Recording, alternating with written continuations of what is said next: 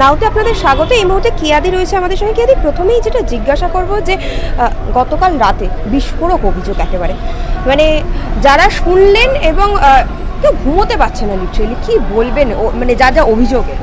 না, আমার মনে হয় সমগ্র কলকাতা 9 তারিখ থেকে ঘুমোতে পারছে না।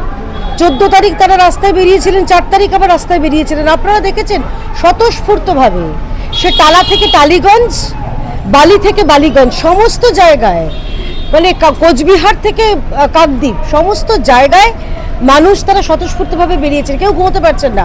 আর গতকাল আমরা যেটা শুনলাম, অভয়ের বাবা মা যেটা বললেন, অর্থাৎ কলকাতা পুলিশ যেগুলো বলেছে ছত্র ছত্র মিথ্যে বলেছে, তাদের মিথ্যেটা ধরিয়ে দিয়েছেন। বলেছেন আমার তার মেয়ের যে তাদের অপেক্ষা করতে হয়নি, তার বাবা স্পষ্ট বলছেন আমাকে 3 ঘন্টার উপর অপেক্ষা করতে হয়েছে। এবং চিন্তা করুন, মেয়ের তখনও লাশ পোড়ানো হয়নি, টাকা অফার করছে। টাকা দিয়ে কি সবকিছু কেনা যায়? মমতা বন্দ্যোপাধ্যায় কি সবকিছু টাকা দিয়ে কিনতে পারবেন? এই রাজ্যের মেয়েদের সম্মান, মান, তাদের সুরক্ষা টাকা দিয়ে কেনা যাবে না? যাবে না। সুতরাং আমার মনে হয় এই মুহূর্তে দাঁড়িয়ে মানুষ ঘুমোচ্ছে না, মানুষ জেগে গেছে।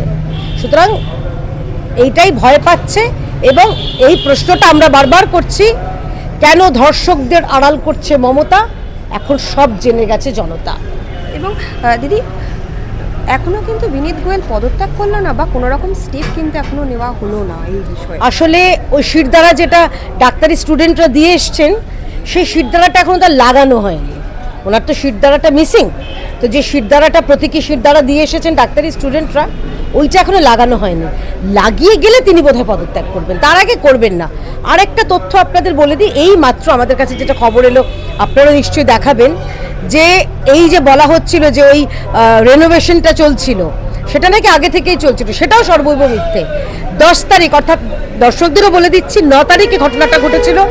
10 তারিখে সন্দীপ ঘোষ অর্ডার করেছেন যে এই যে সেমিনার রুমের পাশে যে টয়লেটটা ছিল, শৌচাগারটা, সেটা রেনোভেশন করতে হবে, ভাঙতে হবে। কি কারণে, কার স্বার্থে, কি লুকোতে? এই প্রশ্নগুলো জবাব দিতেই হবে। জবাব না দিয়ে বিনীত গোয়েল পার পাবেন না। আর বিনীত গোয়েলের যিনি মন্ত্রী রয়েছেন, দায়িত্বপ্রাপ্ত, মমতা ব্যানার্জি, তিনিও পার পাবেন না। আমরা কিন্তু একের পর এক দুর্নীতি দেখলাম। মুখ্যমন্ত্রী কিন্তু স্বাস্থ্য দুর্নীতি, শিক্ষা দুর্নীতি, কিছু দুর্নীতি আটকাতে পারেনি। এই দুর্নীতিটাকে আটকাবার জন্য চেষ্টা করেছিল, তার জন্য একটা মেয়েকে মরে যেতে হলো রীতিমতো। দেখো, দুর্নীতিকে আটকানোর চেষ্টা করেছিল, এরা করেছে। এই অভয়ের মতো মেয়েরা, সাহসী মেয়ে, বা যেখানে যারাই দুর্নীতির বিরুদ্ধে আওয়াজ তুলেছে, তাদের সরে যেতে হয়েছে। এই আরজি কর নিয়েই আক্তার আলী, তিনি অভিযোগ জানিয়েছিলেন গত বছর, কিন্তু কোনো স্টেপ, সেই অভিযোগের ভিত্তিতে ভারতীয় জনতা পার্টির তরফ থেকে আমরা প্রেস কনফারেন্স করেছিলাম। 1 বছর আগে সুকান্ত মজুমদার প্রেস করেছিলেন। 1 বছর আগে আমাদের ডাক্তাররা বলেছিলেন, যারা আমাদের আদর্শে চলেন, তারা বলেছিলেন। আর আক্তার আলীকে সরে যেতে হয়েছিল। সন্দীপ ঘোষ সেই স্পঞ্জ রসগোল্লার মতন বাউন্স ব্যাক করে করে, পিং পং বলের মতন, ওনাকে যেখানে ঠেলে দিন না কেন, ওরা ঠিক ফেরত চলে আসেন আরজি করে কি মধুভাণ্ড রয়েছে, এই প্রশ্নটা তো আমার জানতে ইচ্ছা করছে। সুতরাং একটা জিনিস পরিষ্কার, যে আরজি কর নিয়ে প্রচুর তথ্য, তার বিচ্যুতি ঘটেছে। সেখানে যেটা হয়েছে, আরজি কর নিয়ে মানুষকে ভুল বোঝানো হচ্ছে। এবং ডিসি ইন্দিরা মুখোপাধ্যায়, তিনি যেগুলো বলেছেন, ছত্রে ছত্রে মিথ্যে বলেছেন, সেই কথাগুলো প্রমাণিত হয়েছে। এবং দিদি, আর একটা কথা জিজ্ঞাসা করবো, যে তৃণমূল কোথায় দিদি কি খেই হারিয়ে ফেলছে? কাঞ্চন মল্লিক একটা মন্তব্য করছেন, ক্ষমা চাইছেন। অভিষেক বন্দ্যোপাধ্যায় এক্স হ্যান্ডেলে এসে বলছেন আপনারা এরকমভাবে মন্তব্য করবেন না। লাভলি মৈত্র একটা মন্তব্য করছে। তৃণমূল কোথাও গিয়ে কি খেই হারিয়ে ফেলছে? কি বলবে বুঝতে পারছে না। না, তারা একটা জিনিসই ভয় পাচ্ছে, ক্ষমতায় চলে গেলে কামানো বন্ধ হয়ে যাবে। তৃণমূল তো বেসিক্যালি তোলামূল কোম্পানি, তাদের তো একটাই কাজ, কামানো। তো যদি ক্ষমতা থেকে চলে যায়, তো কামানোটা বন্ধ হয়ে যাবে না, সেই কারণে তারা ভয় পাচ্ছে না, আর কোনো কারণ নেই। এই লাভলি মৈত্র, তিনি ডাক্তারদের কসাইয়ের সঙ্গে তুলনা করছেন। লাভলি দেব, আশা করব আপনি সুস্থ থাকুন, ভালো থাকুন। অসুস্থ হলে আপনাকেও কিন্তু এই কসাইদের সামনেই যেতে হবে, কসাইদের কাছেই যেতে হবে। তখন মনে থাকবে তো কথাটা, তখন যদি এই সোকল্ড কসাইরা আপনার চিকিৎসা করতে অনিচ্ছুক হন, কি করবেন তখন? কোথায় যাবেন? যেমন টালা থানার যিনি ওসি, তাকে আমি শুনলাম তিনি নাকি অসুস্থ হয়েছিলেন, তাকে কোনো ডাক্তাররা চিকিৎসা করতে চাননি, যে না টালা থানার আইসিকে চিকিৎসা করবো না, করুন না। আপনাদের তো অনেকেই নম্বর বানানো ডাক্তার আছে, আপনাদের অভিজ্ঞ আছে, বিরূপাক্ষ আছে, তাদের দিয়ে চিকিৎসা করুন। আর যদি সেটাতেও না হয়, তাহলে আপনি চলে যান না। সন্দীপ ঘোষ সিবিআই হাজতে আছে, আপনি টুক করে গিয়ে সন্দীপ বাবুর কাছে আপনার চিকিৎসাটা করিয়ে দিয়ে আসুন। কারণ টিকিটা তো বাধা, কানেকশনটা তো খুব স্ট্রং, সেটা ব্লুটুথের কানেকশন, ওয়াইফাই কানেকশন বলতে পারবো না ভাই, কিন্তু কানেকশনটা খুব স্ট্রং, এটা পরিষ্কার। এবং এখনো অবধি কিন্তু এত কিছু অভিযোগের পর মুখ্যমন্ত্রী কিন্তু চুপ। যার নাকি আন্দোলনে জন্ম হয়েছিল, যিনি আন্দোলন থেকেই আজকের মুখ্যমন্ত্রী হচ্ছে স্বাস্থ্যমন্ত্রী, তিনি চুপ। আরে কে বললো আন্দোলনে উনি?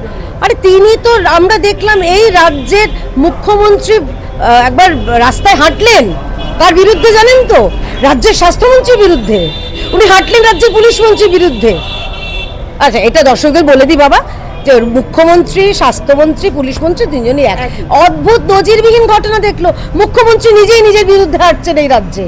অর্থাৎ উনি বুঝে গেছেন আর এই হাঁটা চলা মিথ্যে কথা বলা দিয়ে মানুষ ভুলছে না, চুলে ভিজবে না, ওনাকে এখান থেকে সরে যেতেই হবে। তাই আমরা একটা কথাই বলছি, দফা এক, দাবি এক, মুখ্যমন্ত্রীর পদত্যাগ।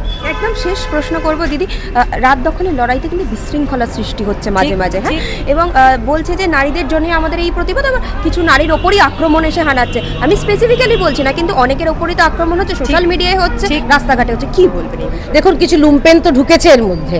লুম্পেন কেন বলছি? যারা ভারতীয় জনতা পার্টির ফ্ল্যাগ পুড়িয়েছে গতকাল, তারা আর যাই হোক, তারা কিন্তু আন্দোলন করতে আসেননি, তারা জাস্টিস চাইতে আসেননি, তারা এসেছেন তাদের নিজস্ব রাজনৈতিক রুটিটা শেখতে। চিন্তা করবেন না, শূন্যে আছেন, মহাশূন্যে চলে যাবেন, এক। আর দ্বিতীয় কথা, ঋতুপর্ণা, তাকে যেভাবে সরিয়ে দেওয়া হলো, তাকে যেভাবে গোব্যাক দেওয়া হলো, অভিজিৎ গঙ্গোপাধ্যায় যিনি কিনা এই চাকরি প্রার্থীদের পাশে দাঁড়িয়েছিলেন, তাকে গোব্যাক। এরা হচ্ছে পুরোপুরি নিজেদের নিকৃষ্ট, তাদের ওই রাজনৈতিক উদ্দেশ্য প্রণোদিতভাবে করেছেন। এটার তার উত্তর ইতিমধ্যেই দেখুন 11 থেকে মানুষ দিয়েই যাচ্ছে। আবার 21-এ জবাব পেয়েছিলেন, 24-এ পেয়েছেন, তাতেও এদের লজ্জা হয় না। ওই কার যেন আবার লেজটা সোজা হয় না, এদেরও এরা শিক্ষা হয় না।